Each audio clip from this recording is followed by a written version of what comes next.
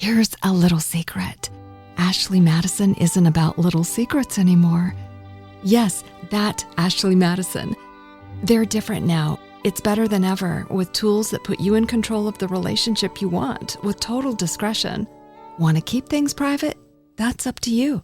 Rediscover Ashley Madison, where desire meets discretion on your terms. Download the app or visit ashleymadison.com/iHeartMedia. Now tuned into the greatest. So when that bag come, I won't fumble. I'm just stacking on the low, but hey, I'm tired of being humble. Let me get to it. That motivation music. Get control of your life, don't let nobody else do it. Cause I'm not gonna have matching Ep.550s cruising. Feel like you winning on the ground. What's up, everybody? Welcome back to The Run with me, Manny Wilson. All the way from Detroit to Chicago to your speakers and headphones. I appreciate you tuning in to the first interactive sports podcast, a community that makes sure your voice is heard. So if you hear something you agree with, you disagree with, you like or you dislike, hit us up on a voicemail line. That's 219-413-9405. And of course, we will play your take back on our next episode. And today I got the special guest Travis Hicks with me, my co-host, my guy, my partner, whatever you want to name it, man. He's here in the building with me. What's going on with you, Travis? Hey, man, you're my boy. You're a brother to me, bro. So it's amazing being back on the pod. Love talking sports with you. A lot of great playoff games. Can't wait to talk about it. Of course. So why wait, man? Let's jump straight into it. The first game that we're going to break down, of course, is these Detroit Pistons. These boys completed the 3-1 comeback.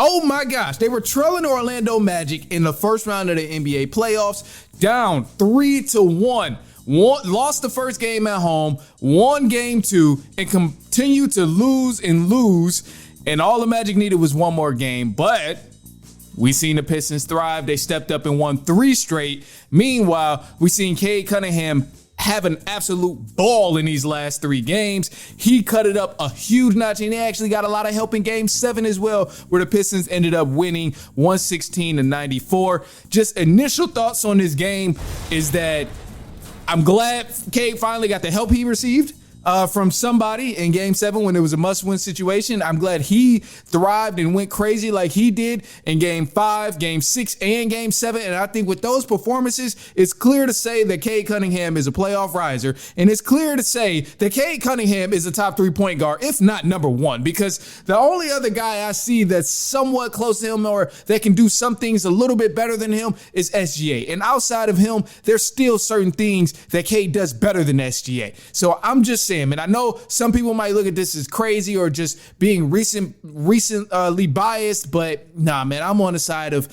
seeing these performances from Cade just solidified that he is on that same tier for sure. So yeah, that's my piece on that. Okay, I like that. Cade to me right now is a top 5 player in the league. I think for sure. That's not even an argument. What Cade did, being down 3-1, having 30 plus in each of the last 3 games, he shot 61% from 3. I just saw that stat today from in the series in the last 3 games. Cade, they rose up to the challenge. This was reminiscent of 2003 when they were down 3-1 to the Magic and literally had the same comeback. Yep. Lost game 1, won game 2, then lost games 3 and 4, then went on to win the series. So Man. I think it's amazing Cade got help. Rob's been trolling us saying 2015 Hawks. These are not the 2015 Hawks. This Pistons team is a real deal.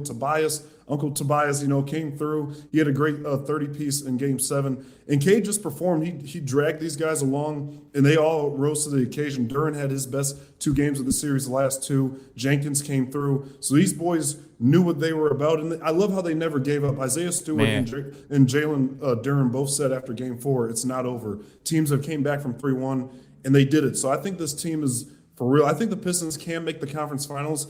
I think they needed that push at the beginning to be down 3-1 to start get going. And to see Cade the way he played, Cade, you cannot say he's not a top 5 player right now. To lead this team with no legitimate second superstar, no one else is doing that. So one thing I will give you, he is the top 3-point guard because every other team we look at, they have bigger help. You brought up SGA. Yep. He has Jalen Williams. He has Chet. He has a few other guys. That's a well-rounded team. We look at Luka. You got Brown and you got AR.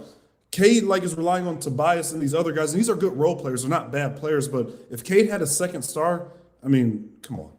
Man, it'd be without a doubt him going to the conference finals, if not the NBA finals, if you give him a guaranteed second star. Because when you look at statistically and when you look at on paper the roster that the Pistons have, they're not better than a lot of other teams. And honestly, I truthfully don't even think they're better than Orlando Magic when you look at it from an on-paper basis. Like, Magic has a better team because they have more pieces. Just so happens a lot of those guys started to fall apart, got injured in the series. Wagner, he was one of them that got injured, and some of them just got in foul trouble in that last Game 7. Some of them didn't show up. Like, there was a couple of different things, but when you look at this, the roster comparison, the Orlando Magic are the better team. And I think you could say that going into the series with the Cavs and a lot of other teams in the East, is that on paper, the Pistons are not the better team. They just have guys that play very hard and a lot of role guys, and they're led by a dominant star in Cade Cunningham. So you swap Cade Cunningham with just about any other guard in the league, I guarantee you this Pistons team does not see much success at all. And I can't stop thinking about that, because watching what Cade is doing, leading his team, he has to be so ball dominant. Like, this is one of the things here where I like to focus on, because I say, well, Cade, top 3-point guard in the league. Cade is for sure a top 3-point guard in the league. We've seen what he did to come back in this 3-1 lead and give his team the win in Game 7. We've seen the performances he's been doing. He can score when you need him to. Right. He can facilitate when you need him to. He plays great defense, chase down blocks, and on-ball defense, being a Paolo stopper, helping slow him down at times. And also, Cade is another guy who's going to rebound and push the tempo. But people bring up the turnovers, and the thing here is, no other guard in the league, SJ doesn't have to have the ball in his hands as much as Cade Cunningham. Cade has to be the one to distribute, because 9 times out of 10, if he's not the one distributing and facilitating the ball, that Pistons offense is stagnant. Thankfully, in Game 7, we've seen Tobias Harris step up and do a little bit more facilitating and just scoring off the ball and on the ball with the ball in his hands, creating his own shots. But usually, on a nightly basis, that's something we don't really see every night. So with Cade having those high turnovers and things like that, yeah, I understand it. But you got to keep in mind that this dude has the ball in his hands every possession. And it's not because he wants to be ball dominant. It's because he literally has to be, or else this offense does not function.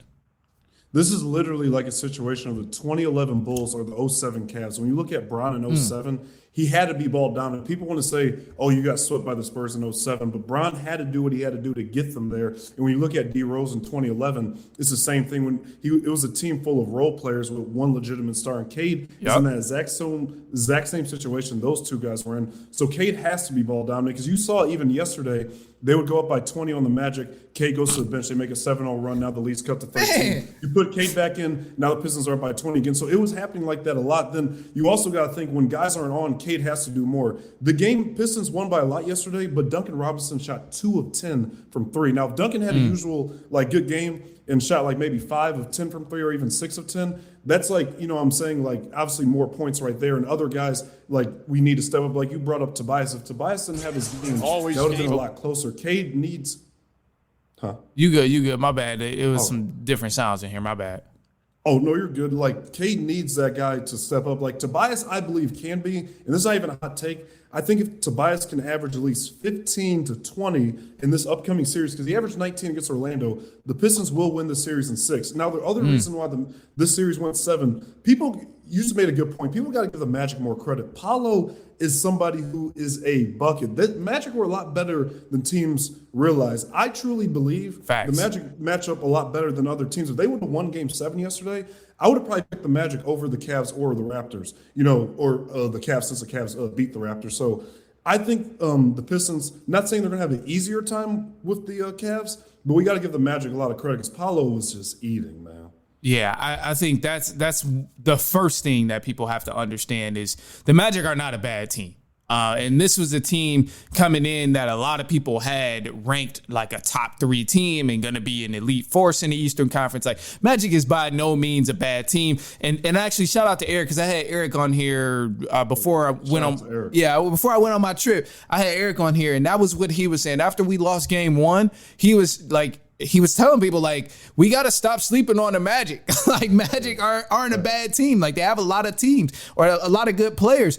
And that's one of the things I think of is, like on a roster to roster comparison, the Magic low-key are the better team. Like, they're a deeper team. They got a lot more guys surrounding their star compared to what we have. And it just so happens Pistons play really, really hard. And like they play defense. They locked in. And ultimately, this is what helped them get the win. So I'm glad it went this way, but it's not going to be easy. And I don't think we go against anybody in any series in the Eastern Conference where I'm thinking, oh, it'll be easy, because had that Orlando Magic team been the Charlotte Hornets, I still think it would have probably went to 6 or 7 games maybe, because they're not a bad team. Like, so I don't know. It makes me think, though, now we know round 2, Pistons are going to be playing the Cleveland Cavaliers. Cleveland Cavaliers just also went to 7 games against the Toronto Raptors. They were on the verge of blowing a 3-1 lead as well, but they ended up winning game 7. And we've seen a couple different things. And I know you previously mentioned that you weren't afraid of the Cleveland Cavaliers. And did anything change watching the way the Cleveland Cavaliers finished the regular season when you first said you wasn't scared of the Cavs till now in the first round? Did anything change? Do you still feel like I'm not scared of the Cavs? We going to beat them? The Cavs are a great team. I got to shout out my people at Spectrum News because we have a Cleveland team that love the Cavs. So one thing I will say, the Cavs are a good team. It's going to be a good series, but I do think matchup-wise, the Pistons are going to win the series because matchup-wise is better. You're looking at James Harden, Donovan Mitchell guarding Cade and Duncan Robinson. I believe Donovan Mitchell and James Harden aren't the greatest defenders. Cade's going to get his 20 to 30, and also he might set up more easier shots for Duncan Robinson. I believe the defenders in the Magic series were better, so now looking at the Cavs, the one matchup I am worried about is Evan Mobley with Jalen Duren. I love Jalen Duren. He started playing better at the end, but we know what Evan Mobley can do. He's a dog. So I think matchup-wise overall, the Cavs aren't as good as a defensive team overall as a Magic, so I think the Pistons are going to win this series off of the matchups, and also they have a better bench to me. I think it's an opportunity for Dennis Jenkins to have a better series and other guys off the bench. And also, Sir Thompson's a lockdown defender. This is somebody who's going to be guarding Mitchell and James Harden. So, and we saw what Thompson did in that last series. So, and also, we also got to consider the Cavs. Donovan Mitchell and James Harden aren't the greatest playoff performers at times. James Harden had a bad Game 7 yesterday. Nobody's talking about it because they won. Game 6 too. You know what I'm saying? So if Harden does that, I think the Pistons are going to, win the series in 6. Now, the Cavs are going to make him competitive, but matchup-wise it's better because the Cavs overall don't have the elite defenders the Magic had, and it's really just Evan Mobley as far as like the best defenders over there. Yeah, that's good analysis, honestly, bro. I really like the way you broke that down, and it makes me think too. I'm very excited for this matchup to see Asar Thompson guard Donovan Mitchell. I think that's about to be amazing to watch because Donovan Mitchell has my respect. I love what Donovan Mitchell can bring, honestly, on both sides of the ball as an offensive player and a defensive player. But Asar Thompson, this man, you could argue he's one of the greatest defenders in the game right now. Actually, no. Oh, yeah. Let me. I think he's the best defender. I was about to say, let me rephrase that, because not one of the best defender in the game right now in terms of guards and wing defenders. Like, he's for sure the best defender right now. And I'm open to any argument with anybody about Asar Thompson in that category. So that'll be fun to watch him guard Donovan Mitchell, or maybe he'll switch off and guard James Harden. But I think it will come down to defense. And outside of perimeter defense or outside of paint protection with the Cleveland Cavaliers, I don't see them really being able to hold the Pistons and battle them toughly on the offensive end and defensive end, because like Evan Mobley's really good. I think he's probably going to eat really good against us. Honestly, I'm a little afraid of Evan Mobley and what Jared Allen might do to Jalen Duren, because Jalen Duren had a rough first series and it was bad. Hopefully he continue to crank it up and play better and better. But either way, that'll be a battle. And then perimeter scoring, Cleveland Cavaliers got us beat as well. I think it's fair to say they got more perimeter scores than we have with Donovan Mitchell and James Harden alone. Not even to mention some of the other wings they have coming off the bench. So that part, it worries me just a little bit. And, ultimately, though, I think it'll be a great series. I think it's definitely going to 6 or 7 games. And I will hope the Pistons can pull it out. And I think the Pistons will pull it out. A little bias in there. I ain't going to lie to you. It's a little bias in there. But I'm definitely looking forward to a good series, because matchup-wise, it's a lot of advantages and disadvantages between these two, between the Cavaliers and Detroit Pistons. So I'm excited to see what happens. No, I think it's definitely interesting, man. You make a great point because even though I'm picking the Pistons, it could still go either way. James Harden is capable of getting a 40 piece, and Donovan Mitchell is capable of getting a 40 piece. So you got two guys that can go off at any time of any point in the series. So I think it's going to be very key to make sure they have off nights and make somebody else beat you. I think the X factor for the Pistons, if you can get Donovan Mitchell and James Harden to have bad games and play great defense and make somebody else beat you, I think that's going to be a key factor. Cade is going to have to do what Cade's been doing. He's been a great playoff riser, as we discussed earlier.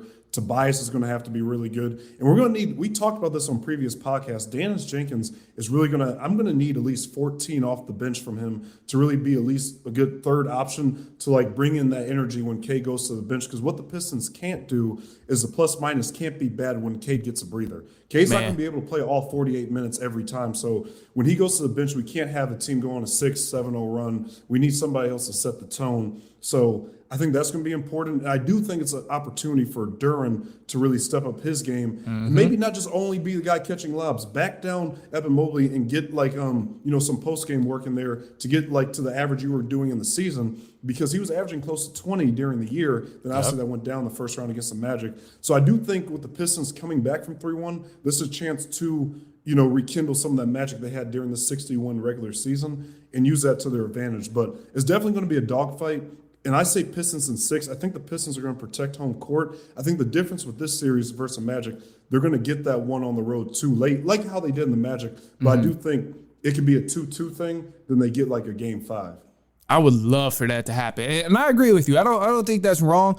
I'll tell you, bro. I swear, we talk about the number 1 seed and about how we call these number 1 seeds fluke or whatever. But, bro, it really helps so much being the number 1 seed, having those first 2 games at home and knowing you get that game 7 at home. Like, that is tremendous. And it's funny because football season, we talk about it as well with, this team finished the division winner, so they get home field advantage. And, like, it's really such a major difference in sports when teams get the home court advantage, home field advantage. Like, it makes such a huge difference. So, like, I'm excited that the Pistons are the number 1 seed, and if it goes to 7, then cool. We get home court advantage, and I think, they'll be a huge help for us. But I kind of want to go back to the whole Jalen Duren thing. Like, man, he started off very rough in his first round and obviously picked it up in the last few games a little bit more. Game 7, he finally put up a double-double, what a lot of people were used to, had 15 points, 15 rebounds. But the game before that, 8 points, 9 rebounds, which was still an improvement from what we've seen. But we're usually used to seeing Jalen Duren with a double-double, if anything. So I think now that we're on a better trajectory of what we were starting off in round 1, we definitely see him play a little bit better. But we're going to need him, bro. We're going to need Jalen Duren, Isaiah Stewart as well, and even Paul Reed, like, all to be there. And I don't really have any beef with Paul Reed because every time he come in the game, he plays amazing. Like, maybe it's just me, but I feel like every time Paul Reed step on the floor and get in the game, Pistons at least go on like a 6-7-0 run. Like, I don't know what it is, but Paul Reed, I feel like we got to give Paul Reed some more minutes because this dude comes in the game and immediately impacts us in a positive way. So I know Duren has been struggling. Isaiah Stewart didn't really have the best game in game 7 either. So I think when we see those two guys struggling, we got to be quicker to get Paul Reed in the game, bro. Like, that's just my thought on that. But I'm why not? No, I agree. I think he's part of that second unit. To go on the point I made about Dennis Jenkins, we need him and Paul Reed, these guys to step up when Cade and the stars are out. I think that's going to be vital. Like, I'm talking about during the games, like maybe midway through the first quarter, towards the end when they're putting in that second unit, when the starters are getting the breather. That'll be important to go on those runs with Dennis Jenkins, Paul Reed, and them. Because when Evan Mobley's out, I think it's an opportunity for Paul Reed to dominate, grabbing rebounds, getting second chance points, or getting those, oops. So I think the Pistons really are in a good situation. I really think us fans are going to see a better Pistons performance. Not only they're riding high off the momentum of winning this first playoff series since 2008, but now they starting to understand the playoff feel. It's not the same game as it was in the regular season because we saw how hard that first round was. I think matchup-wise, I really think this is going to be a really good series, and I'm happy you made the point about home court. It's very vital Pistons win these first 2 games at home. You got to go up 2-0 going to Cleveland. Definitely, bro. Definitely. So another team that we got to touch up on a little bit is the other team that blew the 3-1 lead, the Boston Celtics. Oh, man, them boys blew another 3-1 lead. So you had the Orlando Magic who blew their 3-1 lead, and the other team right next to them was the Boston Celtics. The 76ers, they completed the comeback from down 3-1, and they won Game 7, 109-100 over the Boston Celtics.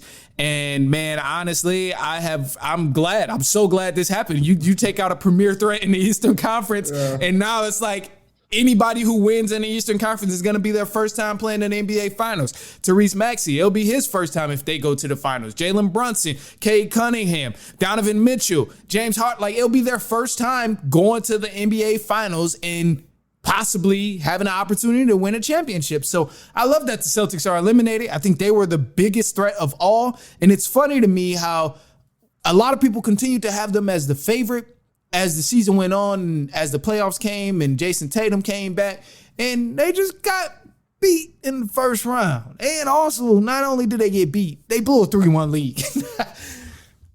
So I gotta say, I was on this podcast. I did pick Boston. I said that was the one team I didn't think they could beat, and the biggest threat is off the table. So very happy about that.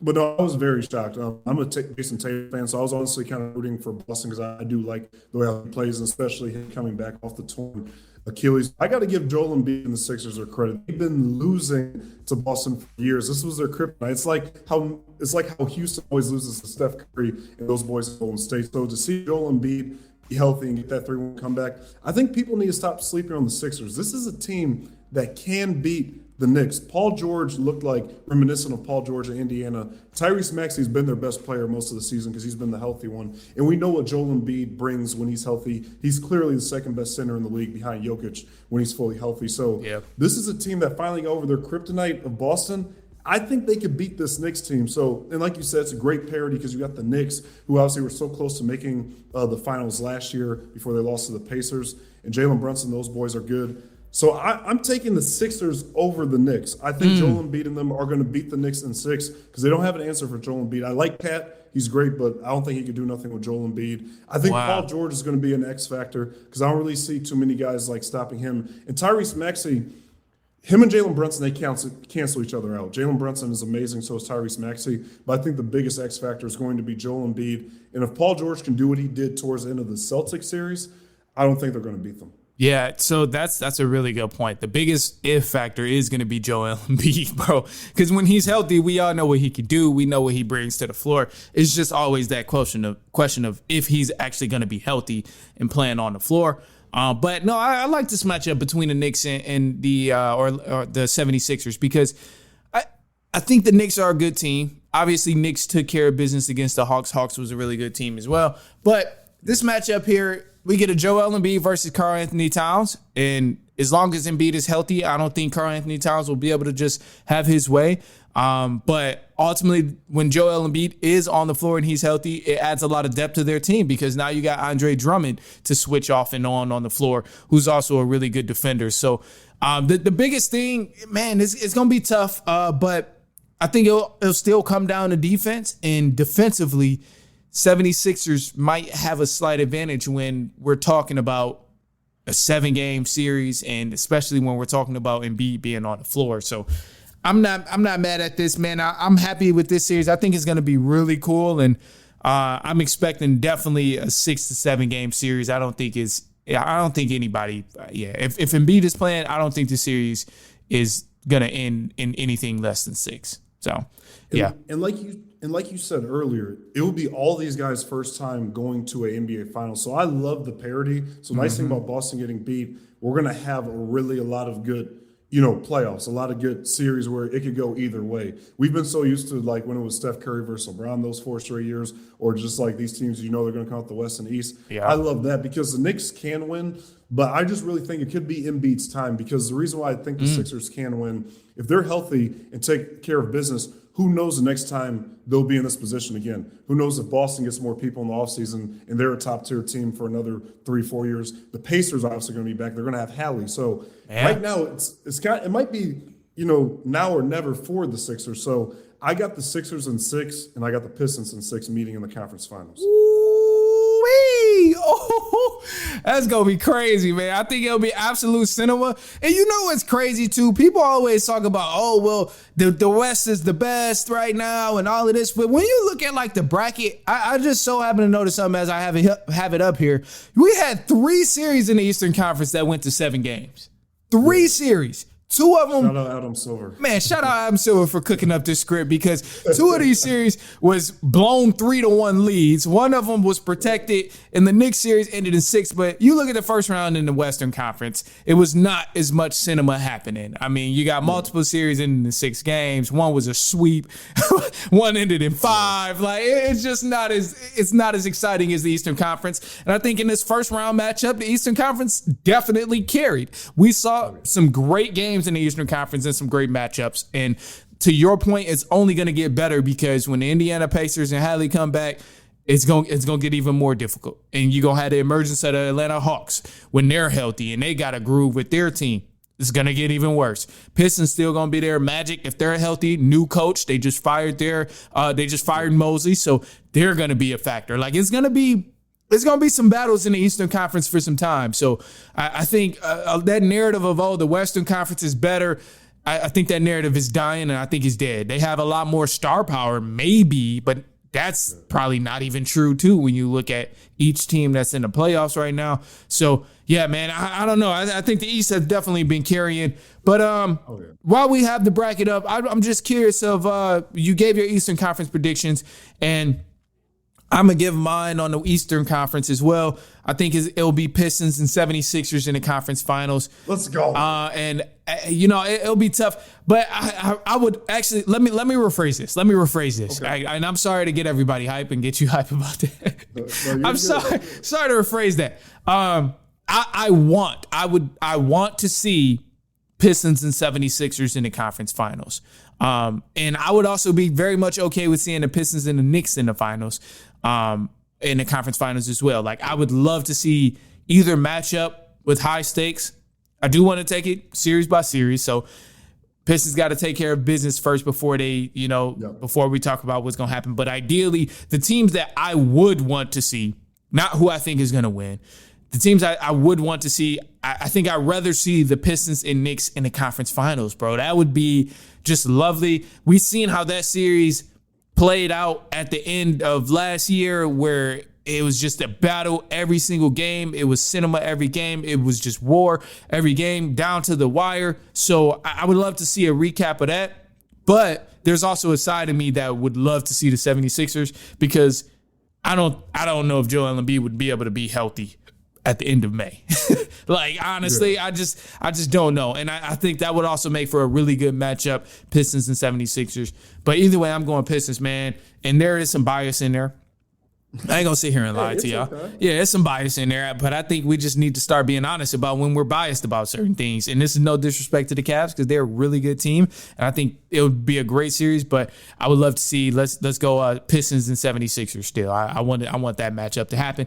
And in the Western Conference, actually, we had the Oklahoma City Thunder playing the Los Angeles Lakers, Minnesota Timberwolves playing the San Antonio Spurs.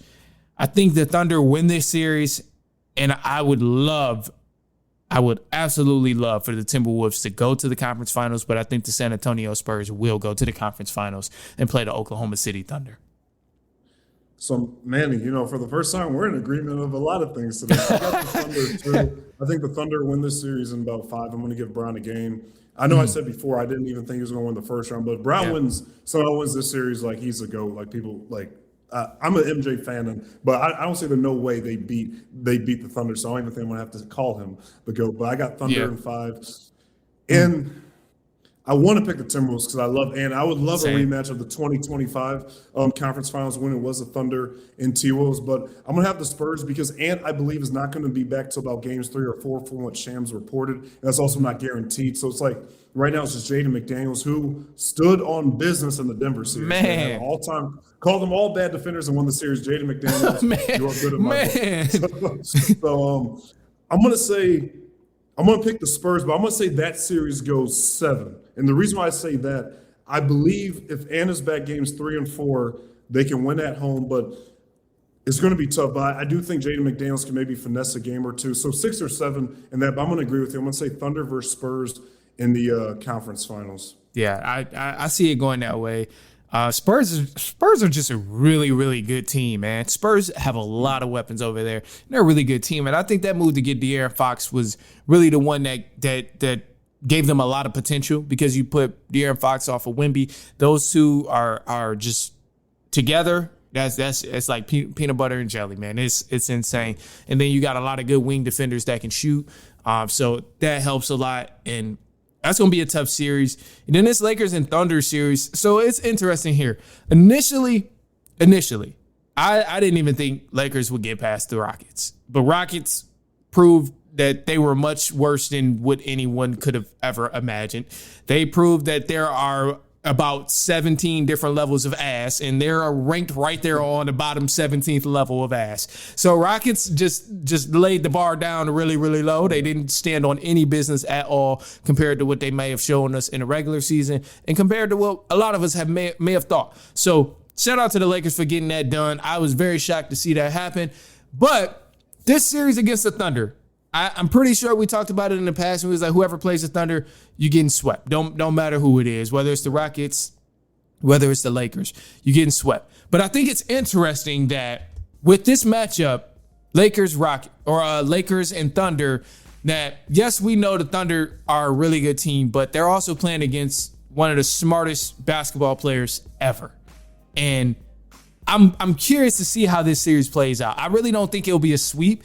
And honestly, I'm going to give it a 6-game series. I think Thunder win, but I'm going to give it a 6-game series because this is a guy in LeBron who's played every team you could possibly imagine. You want to compare this Thunder team to the San Antonio Spurs in 2013? Do it. You want to compare this Thunder team to the Golden State Warriors in 2015? Do it. You want to compare this Thunder team to a team that we've never seen before? Go right ahead, compare it to him. But LeBron has played all of those teams. So he's familiar with the type of game they play. And if I have to put anybody up against this Thunder team to figure them out and figure out how they can possibly win and what they need to do to win, I think LeBron can definitely pull out at least 1 or 2 games against this Thunder team in terms of being able to figure them out and figuring out how they're going to win this ball game. So because of that, because Bron is one of the smartest basketball players ever, I'm going to give the Lakers at least 1 to 2 games, and therefore I think Thunder win in 6. That is a really smart take because Bron is obviously, no matter if you hate him, he's one of the greatest players to ever play. In my opinion, he's top 2 ever. Just got put out there. So Bron has played everybody. Obviously the 2017 Warriors, who's looked at as the greatest team ever. 2016 Warriors that, went 73-9, who they dethroned. Then obviously the previous year when they lost in 2015, the Warriors were still very good. So it's like he's seen all these teams, the Spurs, obviously so many teams in the finals from the 10 finals he's been to. So if there's any man that could figure out a way to at least make it a series and potentially win, it is LeBron. The main reason why I'm not picking the Lakers is because the Thunder just been the best team in the league all year. It's looking like they could go back-to-back. But also they don't have Luka. From what's been reported, I don't know if anything has changed by the time this clip airs, but it's been reported Luka will miss this entire series. I'm just not sure Bron and AR are enough to win. If they had Luka, I would honestly give them a chance because Luka obviously makes all the difference in the world. But when you just have your second and third option, because Luka being the best player on the team right now, so you're just looking at Bron and AR to lead them, that's not enough to beat this SGA-led Thunder team. So I'm going to say Thunder in 5. I'm going to say Bron does get 1 win. I wouldn't be surprised if they got more than 1, but I do think the Thunder are going to handle them in a gentleman's sweep. I'm going to say 5, but it would be better if Luka was there. But without Luka, I just don't see them making this as like a competitive series without Luka. Yeah, I'm not mad at that. I can agree with that. And, either way, I think we're in agreement of the Thunder will definitely win this series. But I think it'll be some good games, some close games in that series as well. But I can't see it being like a 7-game series. At most, Bron will get 2. But I think we're in agreement for sure. He's going to at least get 1, at least 1. But anyway, other than that, man, Trav, let the people know where they can find you, bro. Let them know where they can check out all your work and everything like that. Man, appreciate it, Manny. You can follow me on Instagram at Travis6_reporter. Same thing, Travis6_reporter on YouTube, Travis_reporter on Twitter, and Travis6 for Facebook. It's always a pleasure being on the podcast with my boy Manny. I always love talking sports, and it's always a blast. I appreciate it, man. Other than that, man, you guys know where you can find me. Instagram, TikTok, at The Run Podcast, YouTube. You're already here if you're watching The Run with Manny Wilson. If you're listening to the podcast, and check out the pod on Spotify, iPodcasts, everywhere you can listen to podcasts. Other than that, man, that's all I got for you guys. So we will be back. What's today? Monday? Yeah, we'll be back probably Friday. Realistically. Other than that, that's all we got, man. So we'll see y'all later, and so on and so on and so on.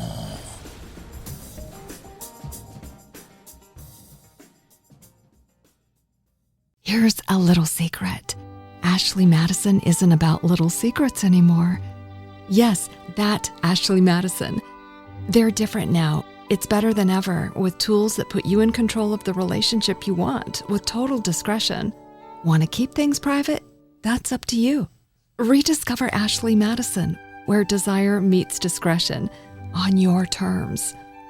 Download the app or visit ashleymadison.com/iHeartMedia. If you like the show, please take a moment to rate, review, and subscribe. It really does help the show to grow. Thank you for listening.